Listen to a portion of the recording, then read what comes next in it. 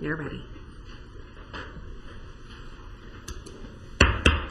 Good morning. Welcome to the Board of Supervisors meeting for July 20th, 2010. We will begin with the roll call. Roberta, can you please call the roll? Supervisor Bennett? Here. Supervisor Zaragoza? Here. Supervisor Foy? Here. Supervisor Long? And Supervisor Parks. Thank you. I'm the interim chair for Supervisor Long, who's away. And right now we'll then go to our moment of inspiration. And this morning I'm pleased to announce that we have both Michelle and Wes Munyon. If you'd like to come up to the podium there. Michelle did something that has really made a big difference in our community. We have had a homeless individual there for at least a decade, if not more.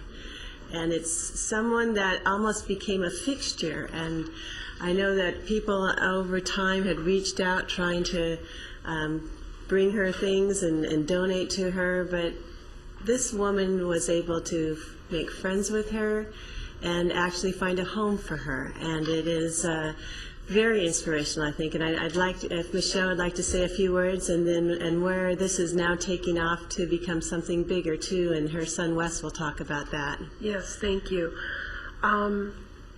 Saw Jenny at the bench for many years and just was moved by an act of compassion for her and became her friend, and throughout time just was able to gain her trust and was able to see something incredible happen, and that was a home for her. So we're very, very excited, and we had a birthday party for her last weekend, and so many people in the community came out to celebrate her 74th birthday, and was able to then, after the party, take her home, and she was safe and being taken care of. So we were very blessed. Just excited for what's happening for Jenny's life now. So thank you. Just so impressive, that you're able to reach out and connect and make such a big difference. And Wes, maybe you can tell us a little bit about where we're taking this now. Yes, I appreciate the opportunity to use this platform. I just want to start off by asking you guys a couple of questions. How many of you believe deep down that you can make a difference? And how many of you would like to make a difference? Would any of you enjoy being world changers and history makers? Instead of leaving nothing but me, let's leave a legacy of setting the captives free. Our motto at the Centurion Center is to take a stand for those who can't stand and continue to stand until they can stand. It says in the Word of God that whoever can be trusted with very little can also be trusted with much, and whoever is dishonest with very little will also be dishonest with much. So we believe that if we, the people, faithfully go out and touch one life at a time and really love with God's love, that He will eventually grant us more than we could think, hope, or imagine. Our heart is to be good stewards of all that we've been given, so we will be known by our love for one another and not by the way we look in the cars we drive. The testimony of Jenny serves as an awakening to operate in His love, because although it took time, energy, resources, long-suffering, a servant's heart, an uncompromisingly righteous vision, and a willingness to give all to see a life transformed, it was worth it. A lot of people clean the outside of the dish, aka their exterior, and it may look flawless, but little do we know they may be hurting just as bad as Jenny was on the inside. We want to be the ones that give what's inside the dish, whether it be living word from the Word of God, His compassion, or natural food that provide from His endless supply. Here at the Centurion Center, we are called to be all things to all men in order to win them over with love. Our focus is to count it all joy, no matter what we're faced with, because of the joy that's set before us, so we could be His expression here on earth as it is in heaven. Jenny's mess has become a message. If all of us choose to be a bright light in a dark place, we believe our society will get stirred up and a revival will sweep our county. If we humble ourselves and pray, He will have His way and heal our land and carry us from the desert into the promised land where all of His superabundance awaits us. We must refuse to do nothing by extending a helping hand so our Creator can reconnect what's been detached and bring reconciliation and restoration. We are agents of change. It's time we take our stance and regain what the thief has stolen. And I wanted to just thank you guys for having us out and give you guys the website so you can come check us out. It's www.thecenturin, center.com. Well, thank The you Centurion so Center. much. And I had also heard that people do want to be able to help others, and you had one individual present you with like $10,000 to see that you continue this kind of work. You make a difference, and I just want to congratulate you for doing that, and hopefully you can also be the catalyst for more people to give and help more people. But outstanding work. Thank you so much. Appreciate it. Thank you. And with that, Supervisor Zaragoza, would you like to lead us in the Pledge of Allegiance? Yes, ma'am.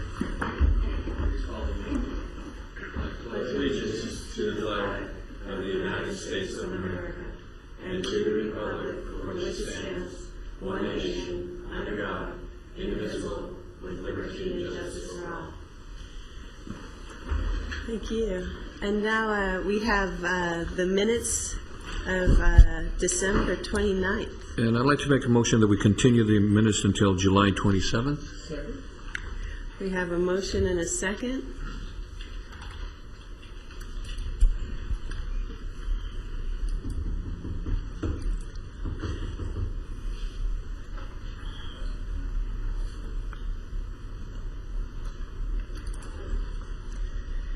And that passes unanimously. And we'll now go on to item 6, which is our agenda review, and I'll turn it to Ms. Robinson. Yes, Madam Chair. The agenda review includes item number 24. There's a revised board letter adjusting recommendations number 2 and recommendation number 4. You've received copies of that. And regular agenda item number 25, there's a revised exhibit 1. And regular agenda item 26, there's a revised exhibit 1. That's all the changes I have at this point. Thank you. With that, does the board have any changes or a motion to accept the agenda as revised? Move the agenda as modified. Second.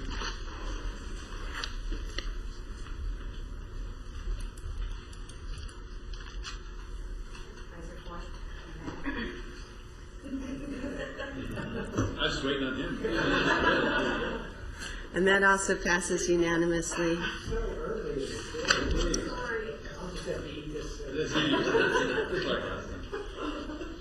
Our next item on the agenda is the consent agenda items 10 through 17. Does anyone want to pull one or not? I would just like to comment then on item 12. This is the Behavioral Health Department putting forward an application on behalf of many mansions. And this is to acquire and rehabilitate D Street apartment project in Oxnard.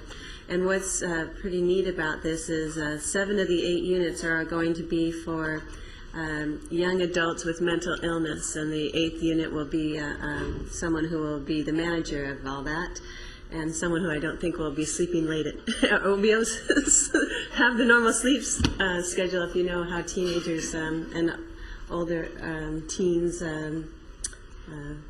lives are, I know from experience. They're up very late at night. But this is a great and actually a pretty precedent setting to have something like this. So it's nice to see what the Mental Health Services Act funds can go for.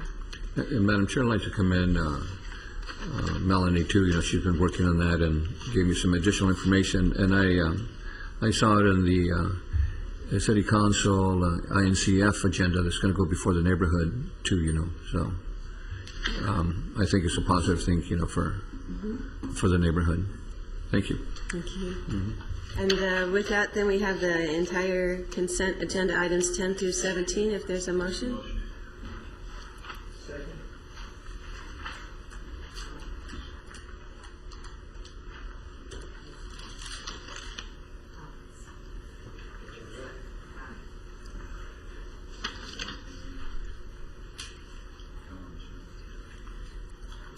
Great. Make sure you get that, Susan.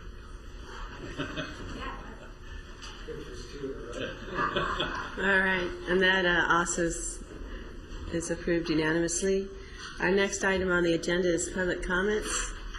And give an opportunity, anyone from the public wish to speak, this is your opportunity. Not seeing any cards, we will move forward to our board comments. And how about we start at the right side, my right side, with Supervisor Bennett?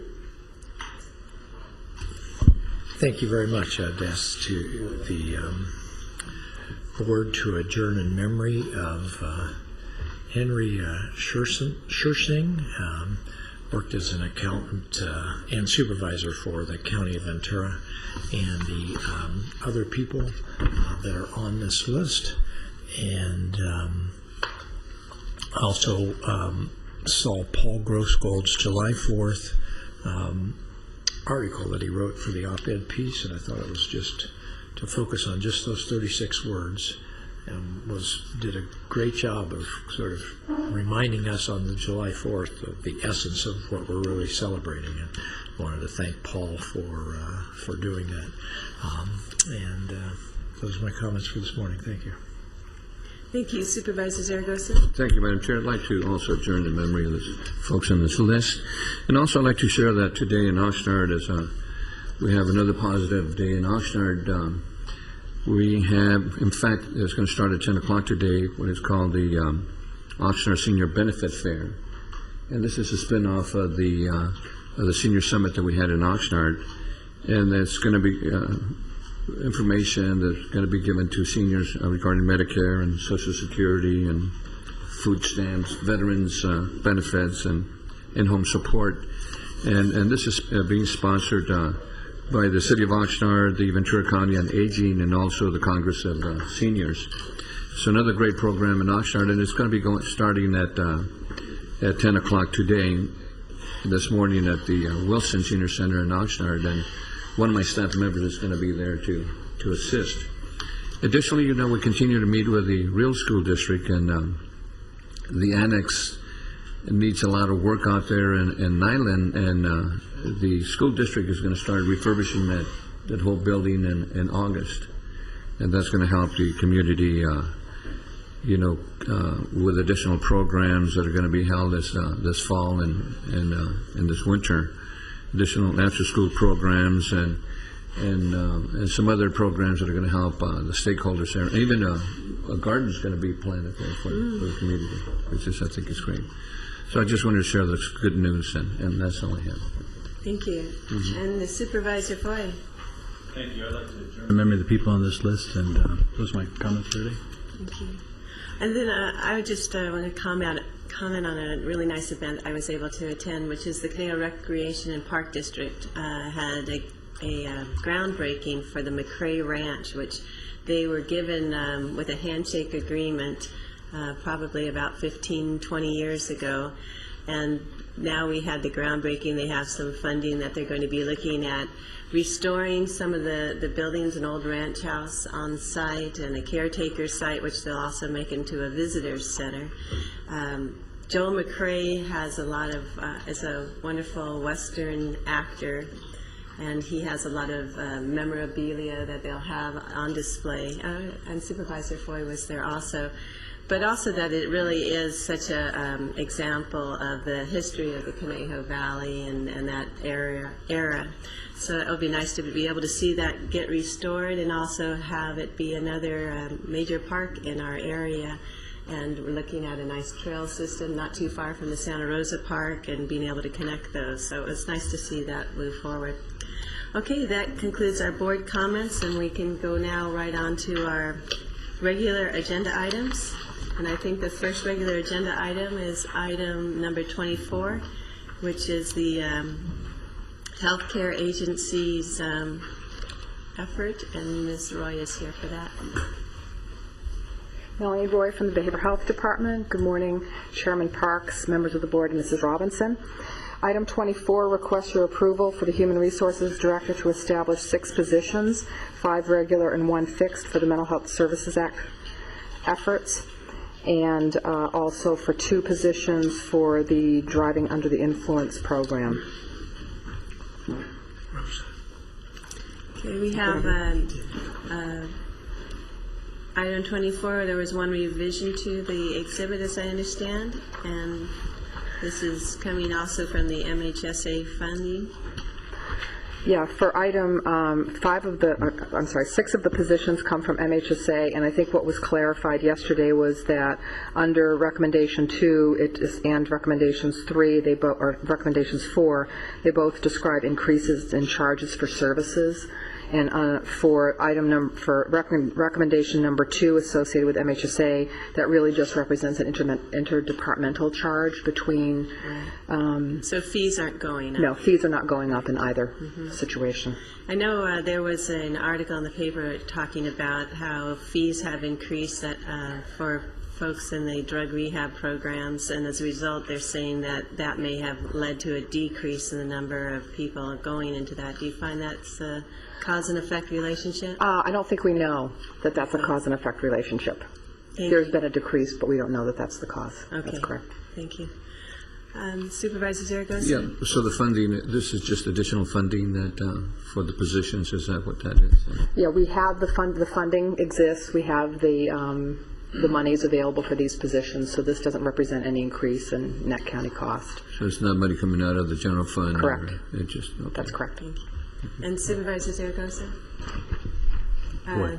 The other, There goes. Melanie and I talked yesterday, and we had some questions. And so, Melanie, I still had, I guess, thinking about this. The new programs that we're doing here, and again, trying to figure out, we're doing a new DUI program, right? We're increasing the positions for the DUI The program. current DUI program. Correct. Okay. And so because of this 7% increase, supposedly is what I'm reading, we have a 7% increase in. Correct. We've got, yes, as more people are offending and coming into the program, we're finding that we're having to have people wait. I think the wait is about 4 to 5 weeks right now. Uh-huh. And we did increase those fees originally, didn't we, here recently? There was an increase in fees a little while back, correct? But the program doesn't pay for itself. The program completely pays for itself. It completely does. Yes. And so this money then is to pay for a few more people. Correct. And what you just said a few minutes ago is we're not increasing fees Correct. on this program. Right. But we increased the fees to make that program pay for itself. So why do we want to take taxpayer dollars to do this? That's part of what I was thinking after we talked yesterday. Why wouldn't we, if the people are offending, why wouldn't they're the ones who have to pay for this versus Right. everybody else that comes across California to pay for their offense? Yeah, this program is fully self-sustained through the fees that these offenders pay to participate in the program. So there's no other monies that go into this program other than those that come from the clients Okay, participating. so you're just adding this to this now? We're not talking about the other funds that come through the 1%? Yeah, the DUI program is fully self-sustained on client fees, and we're just adding 2 positions. Okay. Right. But you're adding it to this whole piece, looking for different positions for all the different, because your what is it, the MSH funds or whatever? MHSA. Yeah, they're funding some of this other stuff you're talking about, right? Yeah, they're 2 separate budget units. Right. Right, and so the DUI program is fully self-sustained on Okay. client fees, so that's one separate Okay. program. And then MHSA is funded through the MHSA funds. Right, And okay. that- All right, so I have no problem with the other one, that's good. And then we also talked again about this courier situation. I was really thinking about, well, I guess part of my concern is that we are funding a courier, and after we talked, I know the idea of contracting that out, you wanted to use this person's stuff, but on the other side, don't we already, we're combining these, like we did in Simi Valley, right? We're combining mental health and public and medical together. We're doing that in Thousand Oaks now. Well, isn't the same courier going to the same place? We're going to have 2 different couriers, one from medical going over there versus mental health. I mean, I guess I'm looking for efficiencies, even though I Sure. know this money's there. Right. And I know this money is, if we don't use it, it goes away. But it's still taxpayer dollars. And I know you and I talked about that. It's hard for us, it's very difficult for me just to spend money because it's there. So I'm looking for some other ways to say, is that a good use of our money?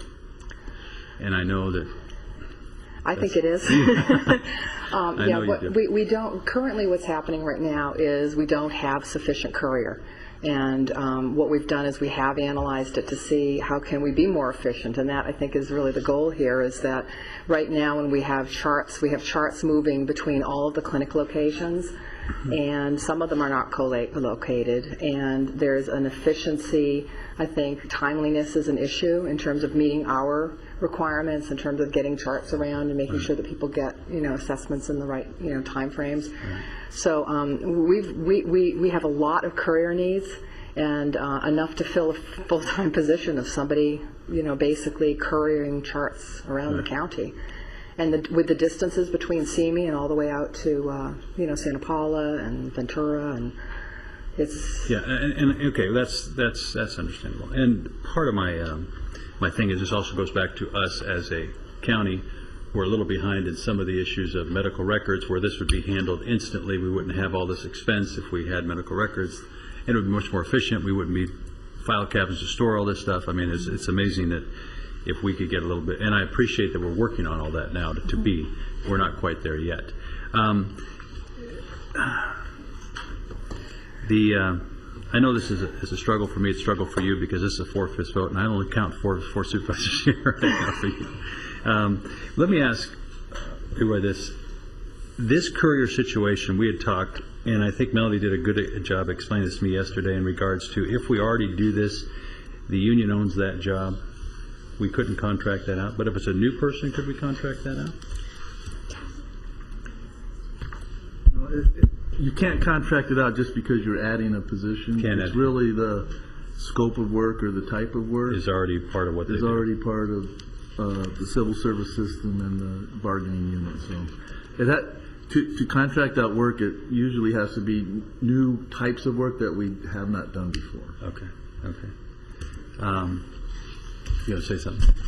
I would just say if you have concerns about this, we can go ahead and continue it to our next meeting. You get some more information, or Yeah, that would probably be better for me. okay. Then let me go ahead and move that we continue this. And is this time certain? Is that okay? We can wait a week. Sure. Okay. I won't be here next week, but I can have somebody All else right. present them. I'll move that we continue this to the 27th meeting. But can I ask one quick question? Melanie, is this ultimately going to be computerized, the carrier? For the records? Electronic health records, yes. And that's probably It's about the 5 years out, probably, before we're fully electronic and have our full... Because I met with the veterans the other day, over in Oxnard, and this is one of the things they're doing, is computerizing all the records. So if a veteran goes from here to Bakersfield or whatever, they can type in the social and they have all the information and so forth. So probably ultimately we're going to look at that for. Is that, you're working on that? Yes. We have a second from Supervisor Vanna, if we could please vote. Okay. Thank you. And we'll now go on to Thanks. agenda item 25. And this is with Mr. Pratt and Ms. Camacho on our NPDES. Good morning, Chair Parks, board members, Ms. Robinson. For the record, my name is Jeff Pratt. I'm with the Public Works Department. The purpose of this item is to achieve your board's agreement sitting as a board of supervisors, or your board's approval sitting as the board of supervisors, with yourself sitting as the board of directors for the Watershed Protection District on a new implementation agreement. This is a companion item to item number 26, where the concept of the implementation agreement is going to be discussed in much more detail. By way of background, this implementation agreement, excuse me, it's been a while. Oops. Yeah, will it come back? There it goes. Thank you. Thank you. The implementation agreement that this will replace has been in place since 1992. About 4 or 5 years ago, we started to amend that agreement because it was found that the district was paying 100% of the principal permittee cost, and that was not an equitable situation. The amendments, by and large, tried to make the situation more equitable, and they've been superseded by the agreement that you'll be seeing today in this item and in item number 26. Basically, the change is that Watershed will no longer be carrying 100% of the principal permittee cost. They will instead carry 50% for the next term of the permit, the next 5 years or the term of the permit, whichever comes first. For the first year, that amount's going to be capped at $1 million. Now, if you subtract the $1 million from the 2.263, which is the estimated costs of principal permittee activities for this fiscal year, you're left with 1.263, which gets split between 11 jurisdictions, the county and the 10 cities. It's split on the basis of BAUs, benefit assessment units, and your proportional number of BAUs in your jurisdiction. And you can see that the county has far and away the most BAUs at this time. And their share of per BAU ratio is 21%, which equates to about $267,000. So this agreement asks that your board approve that amount, and it also asks that you authorize the chair to sign and approve the implementation agreement. And with that, I'd be happy to answer any questions. This is the number of benefit assessment units. That's correct. So I know that obviously there's more stormwater that comes from the built environment, which is generally the cities, right? On a per acre basis. Mm-hmm. That's probably right. So the cities that have more paved areas and so forth are going to pay more than the cities that don't. Is that really what this means? Generally speaking, they do. The way that the benefit assessment works is that open space and ag get a BAU proportion. It's not a full BAU. It's a fraction of a BAU, but it's multiplied by the full acreage of the site, which is why the county's BAU count is so high. There's lots of open space and ag in the unincorporated county. That issue is being looked at and is in the agreement. I don't want to steal Norma's thunder, but we've brought that to the attention of the cities and suggested that that's inequitable. They don't quite agree, but we have a condition inside the agreement that will allow us to revisit that this year. So we will review that. Yes. That's good, because it seems like the whole basis of this is dealing with stormwater, and it's being generated more from the cities, because I would imagine in all that nice acreage that is undeveloped, it's all percolating into the ground for a good portion of it compared to what's happening in the cities. So I'm glad that we're looking at it, and we're just one vote at the table, I understand, too. That's correct. Thank you. And then is Norma also going to speak to this item, or is the second item? She's going to speak to the next item. Are there any other questions on this? Supervisor Zaragoza and then Supervisor. Yeah, on the 50%, because we were paying 100% before. Is that what it was? That's correct. Until we amended the agreement about 4 years ago, and then we've been arguing with the cities. There's been a lot of controversy, and we were paying something close to 50%. I can give you the exact ratios if you like, but Norma will go into a little more detail on that. And we struggled to get them to this point, but they finally accepted that the district shouldn't be paying for the privilege of being the principal permittee. So now that's 50-50, and you say on the excess money past $1 million, I think is what it was, over $1 million, then we pay again. We're capped at $1 million. The district is capped at $1 million this year. In the out years of this permit term, they'll pay 50%, which may be more than $1 million. And of the 50%, then the county also pays additional. Oh, the county pays as just like the cities. They're completely separate. Oh, okay. So 50% applies to the administrative costs? Yes. Thank you. The argument for that, when we argued it with the cities, was that a long time ago in 1992, when we started collecting the benefit assessment, it didn't make sense for the cities to collect benefit assessment for principal permittee activities and then send it over to the district. So the district was collecting it. And when we went back historically to look to see how that happened, all the indications were that about 50% of the district's levied benefit assessment was meant for this administrative activity. And that's where we came up with the number that will be recommended. Supervisor Foy, you have a question? I think he answered it because now that cities have agreed to this? And They, not quite. They will be agreeing to this, and they've agreed to the amendments in the past years, and then they will be taking this to their city councils in the coming months. I understand Thousand Oaks is going in August, and other cities will follow in September, and I hear there may be one or two as late as October. so we're saying this is what we want to see happen? Is that what this is doing today? That's correct. The county agrees with the concept, and they're taking the first step into the pool. Oh, okay. All right. Okay, if that completes the questions, do we have a motion on this one?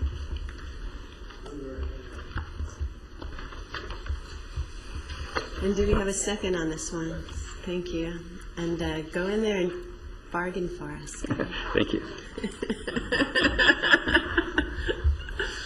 And now item 26, this is Ms. Camacho. He must be hungry today. Yeah. Good morning. For the record, my name is Norma Camacho, Director of the Watershed Protection District. One thing I do want to mention about both item number 25 and 26, as Chair Robinson, CEO Robinson had mentioned, that we did submit a revised agreement, and the only revision on the agreement was a change in the permit order number. As you know, that we recently had a remand hearing on July 8th with the Regional Water Quality Control Board, and they reheard the permit and basically finalized those requirements, and so now this agreement will reflect those requirements and the permit order number. Just generally, the principal permittee activities that are included are, of course, the general administration and oversight for the permit, but we also act as the liaison between the county and cities and the state and federal regulators in negotiating the permit and implementing the programs, and also interpreting the permit conditions as well.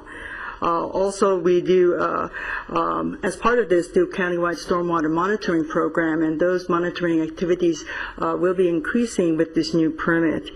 On top of that, we work with the city and counties to do public outreach and education programs in regards to the MS4 permit, and also track state and federal regulation and legislation in terms of how it affects the permit and the requirements. Again, as Jeff has mentioned, the principal permittee activities had exceeded the collected revenues over time, and that we did agree that all permittees, co-permittees, had to shoulder a percentage of the cost. Just as Jeff had mentioned, the total budget for fiscal year 11 for principal permittee activities alone is about $2.26 million. Again, there's an increase from last year, which is $1.8 million. And our benefit assessment revenues over time have remained flat, so basically it's not covering that cost. Now, just specific terms of the agreement, as Jeff had mentioned, that we would pay 50% of total expenditures. In the past, in the previous amendments, what we had paid before was 50% of the revenue collected was the WPD contribution to the principal permittee cost. And one of the issues that the city had with that formula was the fact that revenues have remained flat over the last several years, so therefore the district's contribution towards expenditures lessened and lessened over the years as revenue remained flat and expenditures continued to increase. To try to remedy that in the old agreement, what we tried to do is to say on top of that, the district will pay 15% of total cost of the principal permittee program. But, that got very convoluted and very complicated as time went. And so when we sat down with the cities, we agreed we want to make it very simple, keep the district share, keep the district share as part of an expenditure equation so that the district would share in an increased expenditure over time, and there would be the incentive for the district to contain costs, since our share was also predicated on expenditure rather than a flat revenue base. And so that were the main issues that were worked out. Now, as Jeff has indicated on the previous slide that he showed, there is that issue of the county unincorporated being burdened with a kind of an exorbitant share of the principal permittee costs, about 20%, actually larger than the city of Oxnard's share in the city of Thousand Oaks, much more highly populated areas. And again, this is something that we're going to really look carefully at. One of the issues that we think, as Jeff had indicated too, that because the county has a lot of open space acre and green belts, that is most likely the contributing factor to that increase of percentage. And it's something that we are going to be negotiating with the cities over the next year or so, and taking a look at the equation and making sure that our benefit assessment moving forward really reflects the programs that are going to be in the new MS4 permit and the low impact development programs especially. And so again, cities will be taking their respective disagreement to their elected officials. We do have city attorneys that have blessed it at this point in time. We have concurrence by the cities that they do agree with the terms at this point, and we will be moving forward. For example, I understand the City of Ventura is scheduling to hear this item on August the 2nd, and Oxnard is trying to get this item on their agenda on July 27th. And so most of the cities will be making a August-September deadline. Some of the smaller cities are struggling a little bit and will probably be moving forward in October. But for the most part, cities have been waiting for the remand hearing to be over with to make sure that we didn't have any more budgetary changes that were needed on the principal permittee program based on the new MS4 permit that was approved. Thank you. I know our CEO has a comment. Yes, since it's interesting that they're moving along a track to talk about a cost basis for the principal permittee costs, and that it is a logical extension that we talk about a cost basis in terms of impact, and that's the issue between the unincorporated area and the incorporated cities. You can't have it talking about a cost basis for the principal permittee costs, but let's do it on a revenue basis in terms of share of total costs. So I think that is very important to move forward and work out, because as been stated here, the impact is really paved area, the total impact. So that is something that's going to have to be worked through, and the cost basis that they're advocating in the one instance may not be as advantageous as the cost basis in the other, and that will require folks from my office who will be representing the county unincorporated area to be in that dialogue about how we move forward. So. Thank you. It does make sense. Supervisor Zaragoza? Norma, the assessment benefit assessed on asphalt and concrete. In the county area, there's other areas that would compute other than concrete and asphalt. Is that correct? Yeah. Sure. Yeah. Generally, how the benefit assessment unit is calculated, they look at the use of land. Let's say, for instance, you have a residential piece of property, and the assumption or the unit that is used, that it's assumed that you have, let's say, a standard 0.2 acre residential property, that 40% of that property is going to be impervious. And so they've also calculated for things like condominium units, maybe like 78% impervious based on higher use of concrete and materials and higher land to building ratio on that particular parcel. And this information is derived from the assessor's office? Well, actually, the types of uses for each of the parcels and the acreage is derived from the assessor's office, and then we apply the actual factors to those particular parcels based on our benefit assessing unit manual guidelines. The computation that you worked on? That's right. Okay. All right. And the funds that are paid by the municipalities, they're basically come out of their general funds? Yeah, what happens is that for some of the municipalities, we do collect the benefit assessment. The district does a benefit assessment collection countywide, and a portion of those revenues can be used to offset some of the principal permittee costs. If their principal permittee share is, let's say, less than the total amount of revenue that's collected, we provide the balance of those revenues back to the cities.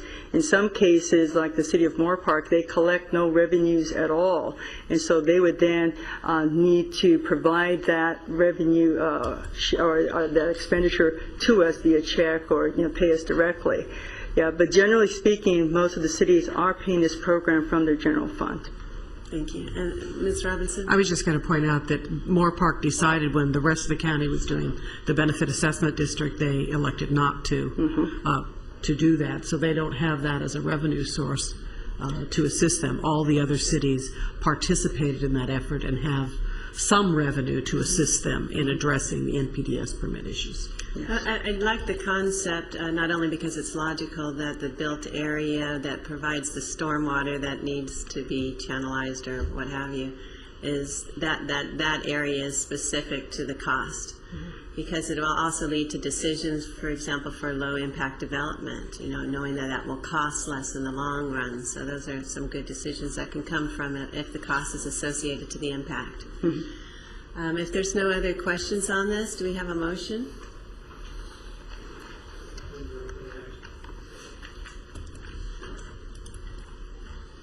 Go ahead and second that, and look forward to some good negotiation. Okay, thank you. And that also passes unanimously. And then on to item 27 on our agenda, and this is Supervisor Zaragoza, an appointment. We have a motion to approve. This is regarding the El Rio Roger Jones Community Center appointees. If we could all vote. We now have about 40 minutes or so before our 10 a.m. time certain, so we could probably go without our closed session items. Do you anticipate any announcement from closed session? No, we do not. Okay. All right, so we'll go into closed session and be back for our 10 a.m. time certain.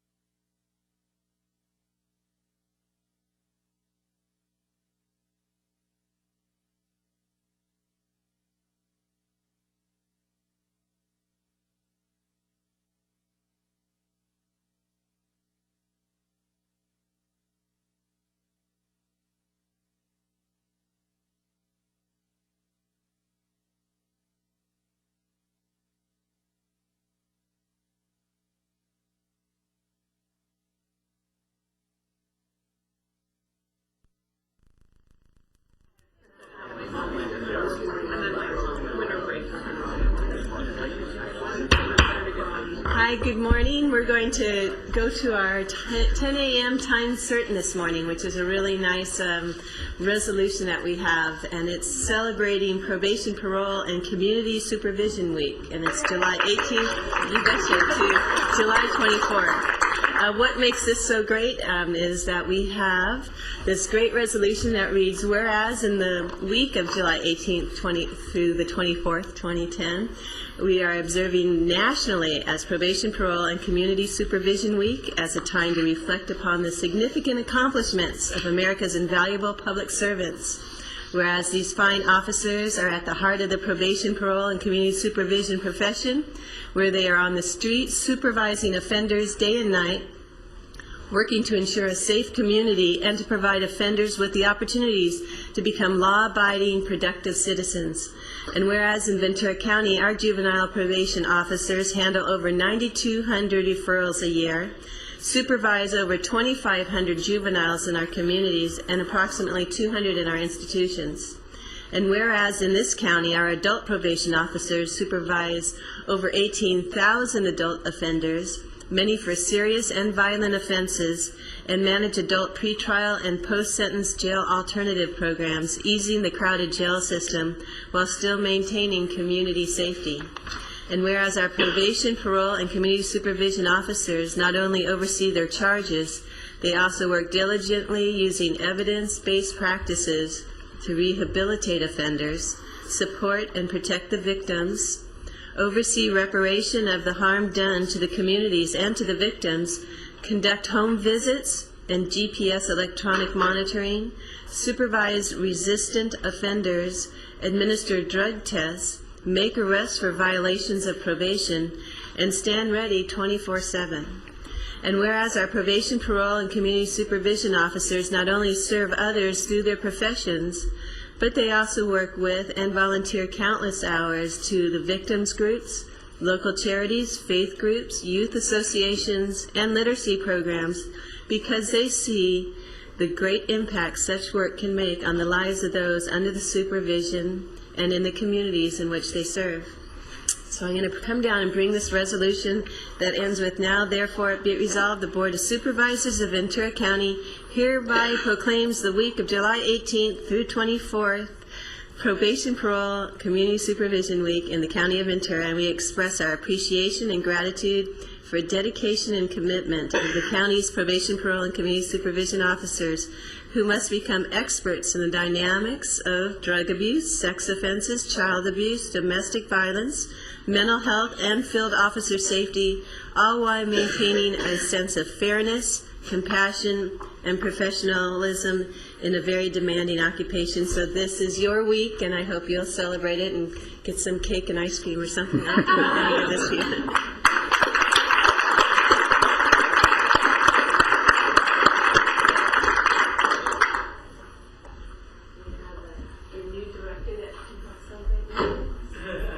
Congratulations. And then if you'd like to say some words.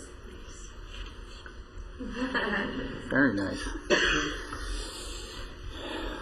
Well, thank you, Madam Chair, members of the board, Ms. Robinson. Thanks for the recognition for the valuable service that the probation agency provides to the citizens of Ventura County.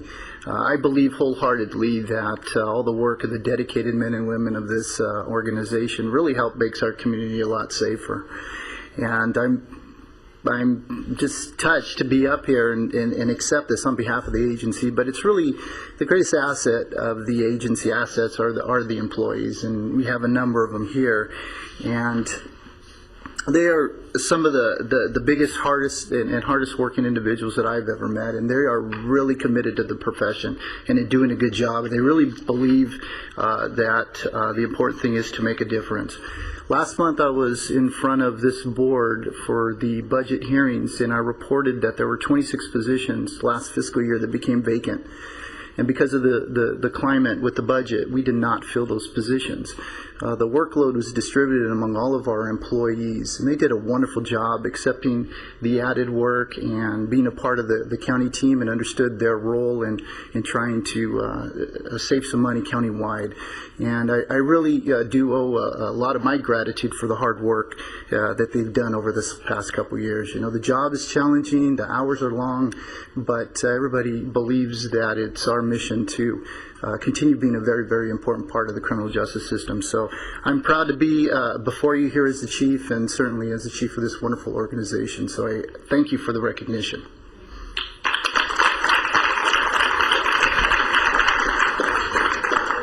Sure, that would be great. And Madam, and what, you know, while people are coming down, I just wanted to mention one thing, and that is that probation working with youth in particular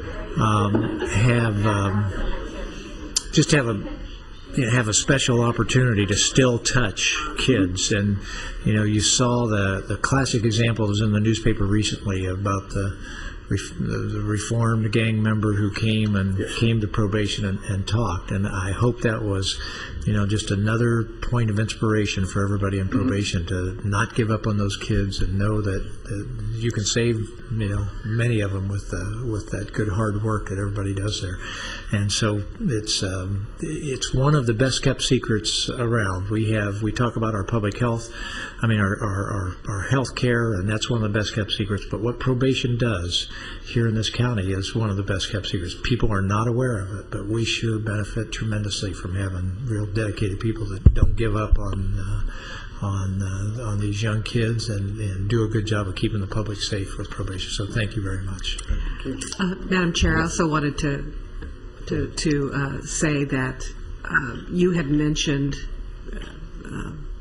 Mark, you had mentioned the fact that it's really the people. We have state-of-the-art facilities actually brought to us by some very good people in probation.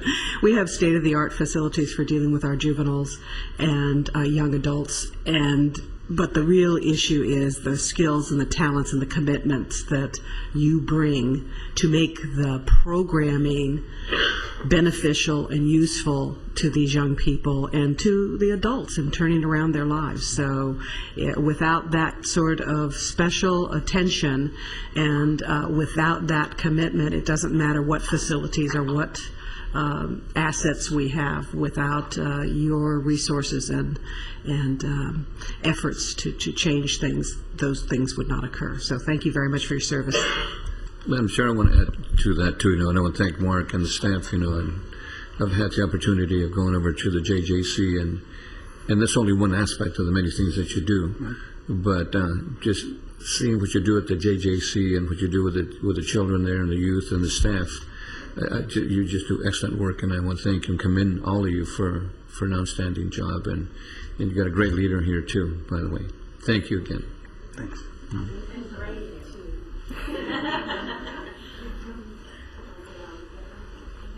We could take 2 pictures.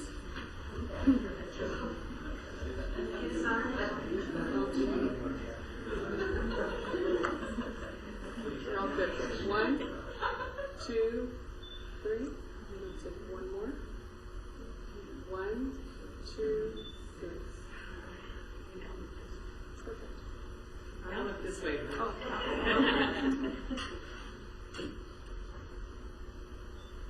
Thank you.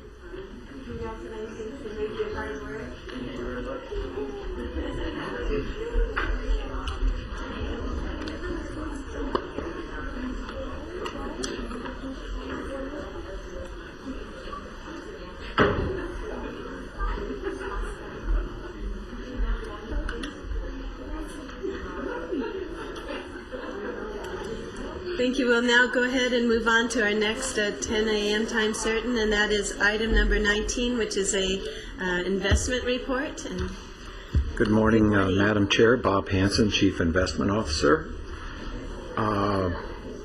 Well, interest rates, the Fed, we don't see them doing anything. The market is telling me at least a year before they raise rates. Just to let you know where rates are now, if I was buying a 1 year, it would be 0.45, 2 years 0.69, and the longest investment and best yield I could get right now would be 1.03. Also, speaking of low, we reach a high point in the portfolio of 2.1 million in April. Heading to September, we'll be down to about 1.7. The good news is we sent out the unsecured tax bills, and for those of you that don't know, that's for boats and aircraft. That should mean about 40 million, and this time of year that'll mean a lot to me. It'll have to be paid by August 31st, so it's not nearly as good as the December and April secured, but it'll help. And those bills all went out on time. Don Hanson and his staff did an excellent job. He is currently working on sending out the bills in September. Everything is going smoothly. They will go out as usual, and that will account for about 1.1, 1.2 billion in 2 different installments. And another good point on that is that I don't get one of those tax bills. So we had a delinquency drop year over year from 3.53 to 2.38.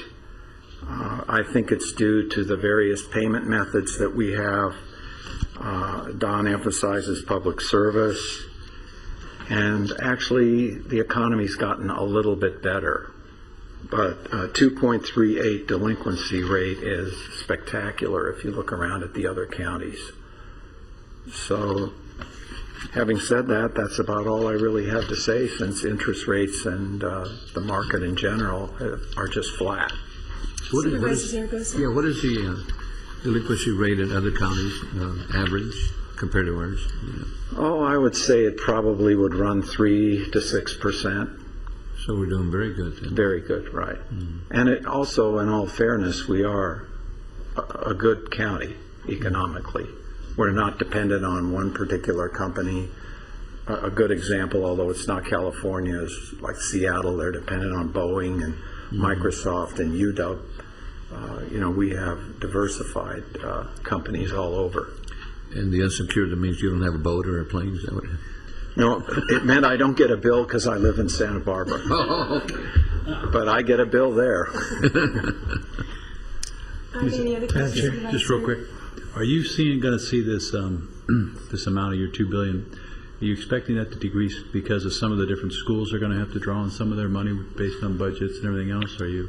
I just think it's the time of year when money's not coming in and money's being spent. When you have the big December collection, that carries us to April, and then from April, December is a long time. And so it's really just everybody spending money before we start getting apportionments in and that type of thing. So it's customary, and I can track it month to month over the last 10 years, so I know when the low point is. Right. Okay. That's when I have to, you notice I stay very short with the investments, keeping liquid.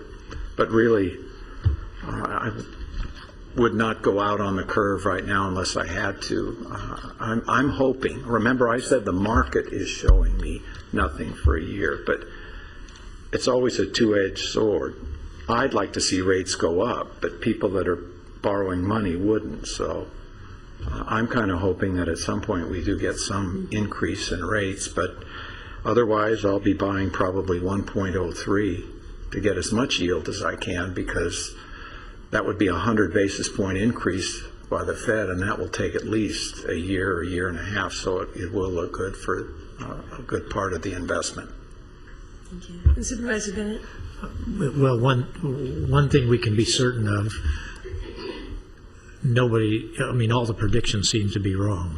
A year ago, interest rates were going to be higher, the dollar was going to be lower, all of this stuff. So it's hard to imagine rates just are going to keep staying. There's a lot of variability in the market right now and stuff. So maybe you get lucky. But my question for you is, I see Chevron showing up with General Electric, but I see Chevron showing up only as real short-term paper. Is that your basic thought with Chevron? Is that it's attractive to you for short-term, very short-term, and General Electric more for the longer term?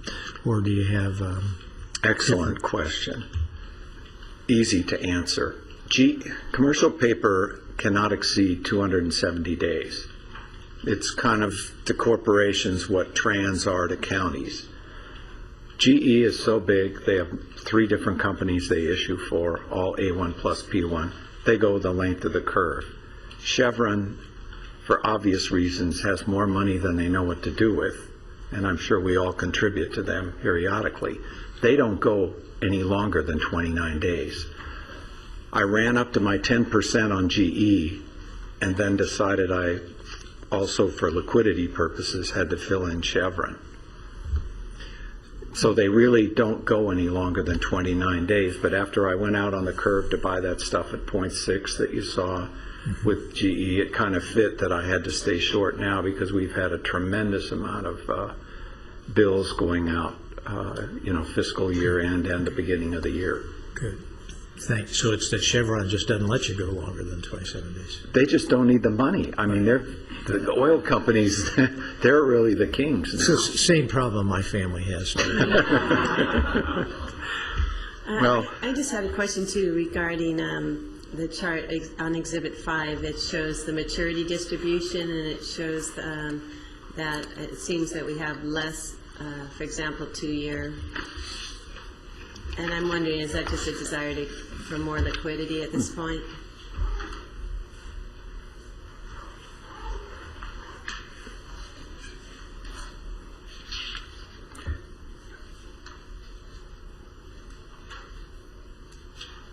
It probably means every day is a standalone moment for the investment. Do I need to keep it short or long or whatever? Since rates have been continually dropping down, I've kind of missed that part of the curve because I decided I had extra money to go out to capture yield. So I've been buying a lot in the 2.5 to 3 year area rather than go back to 1.5 to 2 years with a lower yield. Because at this point I'm fighting to keep my yield high, which has been really, I've really done well for the market considering what's out there. It seemed at the right time I bought long. I guessed right at what the Fed was doing. But in answer to your question, lately, like I said this morning when I gave the quotes, 0.45 for 1 year, 0.69 for 2 years, 1.03 for 3 years. I would go 3 years now because I know that's going to look good for at least a year. So that's why the spike in the inventory for that time, I'm just out there buying as much yield as I can. And I feel that on the short end, I have adequate liquidity. Okay, good.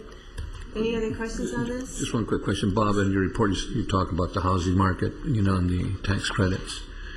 Do you believe that we're going to get the tax credits again to improve the housing market again? That wouldn't hurt. They've been talking about it. Right? I can't predict Washington. But that would help us. Yes, definitely. Because I know because of that, so that we're actually our yield's going to drop slightly this coming year, right? In the next quarter. Okay. But hopefully maybe that we get the additional credits or more credits, to continue selling more homes. Right. I said times are better, but still times are still tough, and there's a lot of people really stretching it, and I don't think it would hurt at all. And I think that I'm hopeful that it will go through. Okay. One other thing, your average maturity actually dropped 2 days. So actually, That would indicate more flexibility. Is there a limit to how much 3-year paper you can have? No, there's a limit to my average maturity, 375 days. Okay, all right. So you could have as much 3-year paper as you can fit and still keep your average maturity at 375. So if you had a lot of really short paper, and you could have a lot of long paper. Right. The problem is when you get out too much 3-year paper, if interest rates move, your principal could move, and if you had to liquidate, you could take a loss. So you want to keep a nice position in GE and Chevron. But yes, I can have as much as I can get, and that's generally what I do. And Bertha runs it on Excel every day. I'm not lobbying for it or against it. I only am asking the question because I wanted to make sure from a liquidity standpoint that, we could have so much 3-year paper that if rates went up, we would then have a principal problem if we needed it cashed in. But and that's a very good point, and that's exactly what I'm always striving for, and to keep a huge position short, because like when you talked about the uncertainties and all this, I always want to have plenty of cash, which I do. And I think if you sold the portfolio now, lock, stock, and barrel, I'd take an $8 million profit. So I'm comfortable right now that we're keeping that high volatility rating with Standard & Poor's and also keeping the credit rating, both of them as high as they can be. Thanks, Bob. Okay. Thank you. Okay. And if there are no other questions, we have a motion to file. Second. Motion and a second. Thank you, Bob. See you next month. And that, I believe, completes our open session, and we'll adjourn from closed session.